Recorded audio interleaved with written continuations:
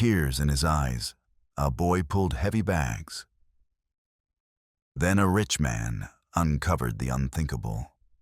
"Move, kid." That's the first thing Noah heard before the car horn blasted behind him. He flinched so hard he almost fell forward, the strap of the garbage bag digging into his palm. People walked by. Fast. Phones in their hands, coffee cups, earbuds in, like they were allergic to looking.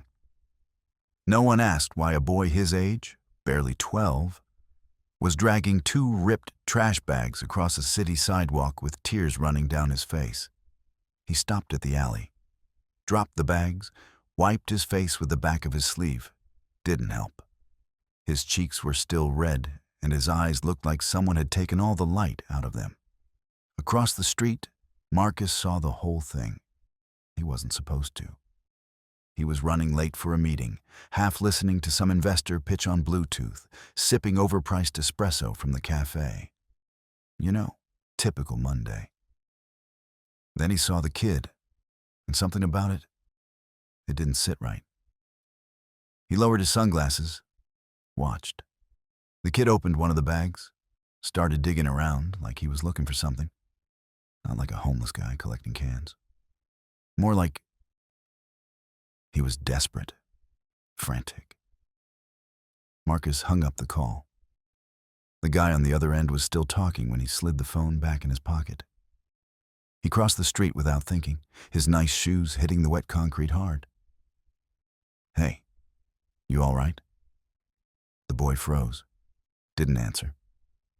Just zipped up the bag again fast and stood in front of it like he was guarding it. "I'm not going to take it, I swear," Marcus said. "Just, you okay?" And then the boy looked up at him. His lip was trembling. "Please, don't call anyone." Marcus crouched to the boy's level, holding his hands up like he was trying not to scare a wounded animal. "I'm not here to get you in trouble," he said gently. "Just tell me your name." The boy didn't answer at first. He kept glancing down at the bags like they might vanish if he looked away. "Eli," he finally muttered. "Eli. Okay." Marcus nodded. "I'm Marcus. Can I ask what's in the bags?" Eli looked away. His jaw clenched. His hands were trembling. "It's not stolen," he blurted out. "I swear, it's not garbage either." Marcus didn't say anything, just waited. After a long pause, Eli bent down, unzipped one of the bags, and pulled back the flap. Inside were clothes, stuffed animals, a sketchbook, a pair of worn sneakers, all kid stuff. Then Marcus saw something else, a framed photo, cracked. It was Eli, younger, with a woman, his mother. "She died last week," Eli said, barely above a whisper. "They came to take me. Said I had to go to some place, but I didn't want to leave everything behind." His voice cracked. "They said we lived in government housing, so it wasn't really mine anyway. But it was. It was mine." Marcus felt something catch in his chest. This wasn't just a sad moment. This was a whole life unraveling in front of him. "Eli," he started, but stopped himself. "What do you say to a kid who's been told he owns nothing, not even the memories?" Eli zipped the bag again, like that was the end of the conversation. "I can take care of myself," he said, trying to sound tough. But Marcus saw it. The shaking hands, the red eyes. He knew the kid was seconds from collapsing. And that's when Marcus made the decision that would change both their lives forever. Marcus stood there for a beat, heart pounding harder than it should have been. Not from fear, from something else. A memory, a weight. He saw himself, years ago, standing in a hallway with a duffel bag, watching a door close that never reopened. No one had helped him then, not this time. "Listen," Marcus said slowly. "You don't have to prove anything to me. I believe you. But I'm not walking away from this." Eli didn't respond. Marcus glanced at the sky. The clouds were darkening. and the air smelled like rain. Again. Do you have anywhere to go tonight? Silence. Any food? Eli's jaw clenched. That was his answer. Marcus exhaled. All right, then here's the deal. You come with me, just to get something to eat. No pressure, no police, no shelters, just a hot meal. You can leave after that if you want. Eli eyed him suspiciously, like he was weighing every word for traps. But after a long pause, he nodded. Just once. Marcus led him to the car. When the valet raised an eyebrow at the kid's filthy bags, Marcus cut him a look that said, "Don't even think about it." They drove in silence for a while. Marcus didn't press. He let the radio fill the air, some soft jazz station playing like background in a movie. Finally, Eli spoke, quietly. "My mom used to draw," he said, staring out the window. "She wanted to make books, like kids' books." Marcus glanced at him. "I saw the sketchbook," he said gently. "She was good." Eli nodded.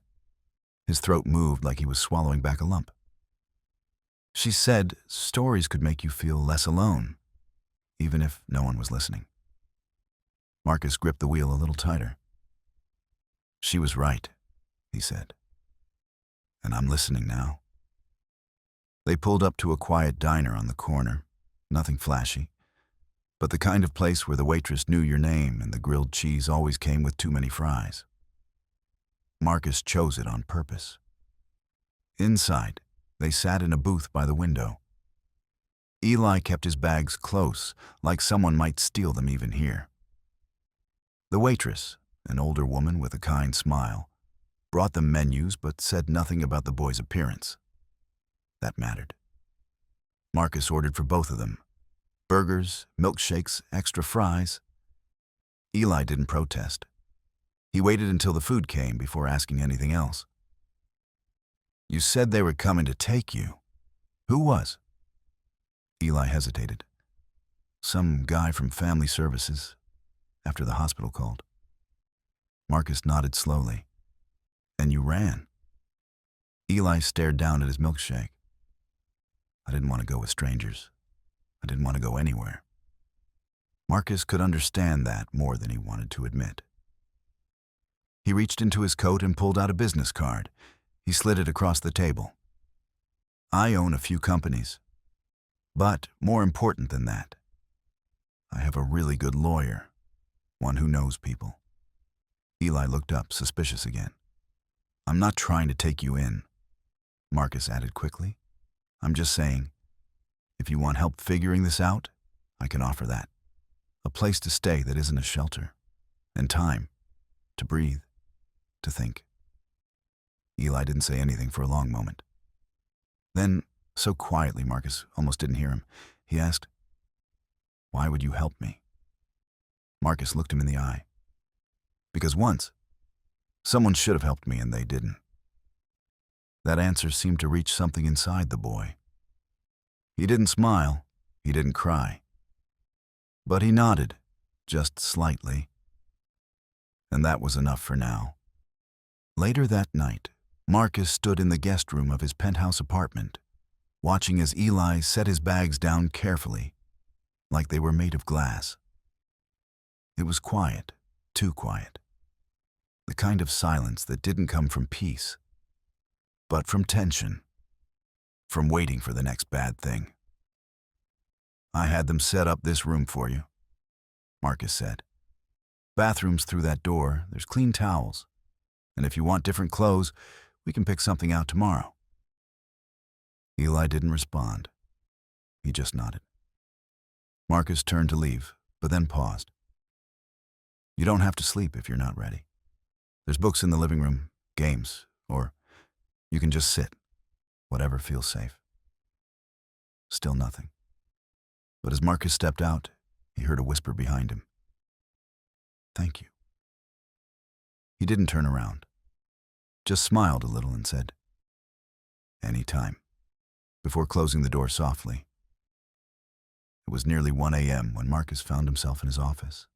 staring at the photo on his desk. Him at 10, standing outside a foster home, fists clenched, jaw tight. He'd buried that memory, or tried to. But Eli had pulled it back into the light. Not every kid got a second chance. And Marcus knew firsthand that sometimes being rescued didn't mean being saved. It just meant being moved, forgotten. Not this time. He picked up his phone and dialed a number. "Lena?" he said, when a voice answered. "Yeah, sorry for the late call. I need a background check. And fast. His name's Eli. I'll get you the full info. I also need a child advocate and someone who knows how to deal with trauma cases. Quietly."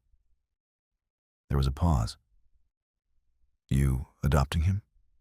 she asked softly. Marcus stared out the window at the lights of the city. "Not yet," he said. "But I'm not letting him disappear either." Morning light spilled across the hardwood floors, golden and soft. It was the kind of sunrise you didn't notice unless you'd lived through a long, cold night. Eli stood quietly in the doorway of the kitchen. He wore a fresh t-shirt, clearly too big, and held the sketchbook like a shield. Marcus looked up from his coffee. "You're up early?" Eli gave a half shrug. "Didn't sleep much." "Yeah, I remember those nights." Eli hesitated, then walked in, sat at the edge of a bar stool like he wasn't sure he was allowed. There was a long silence before he slid the sketchbook across the counter. "She used to draw when she couldn't talk," he said. "When she got sick near the end. That's how she said goodbye." Marcus opened the book. Page after page was filled with soft pencil lines. Drawings of Eli sleeping, playing, smiling. Some were simple. Others looked like storybook pages. Fantastical creatures, castles in the sky, ships made of stars. And then he saw the last page. It was a picture of Eli holding hands with a tall figure. Not her, a man, no face, just a shadow drawn in gold pencil. "She said I'd find someone someday," Eli whispered. "Someone who wouldn't walk away." Marcus stared at the image. It shook something loose in him. "She believed that?" he asked. Eli nodded. "She said love doesn't end with people. It waits in others." Marcus closed the book gently. "Well," he said after a moment, "your mom was a lot smarter than most people." He stood, grabbed 2 plates, and started loading them with eggs and toast. "Here's the plan," Marcus said. "Today we eat, then we go to my office. I've got someone waiting who knows how to talk through all this. Only if you want." Eli looked down, then up. "Can I bring the sketchbook?" Marcus smiled. "You can bring whatever you want." For the first time, Eli almost smiled too.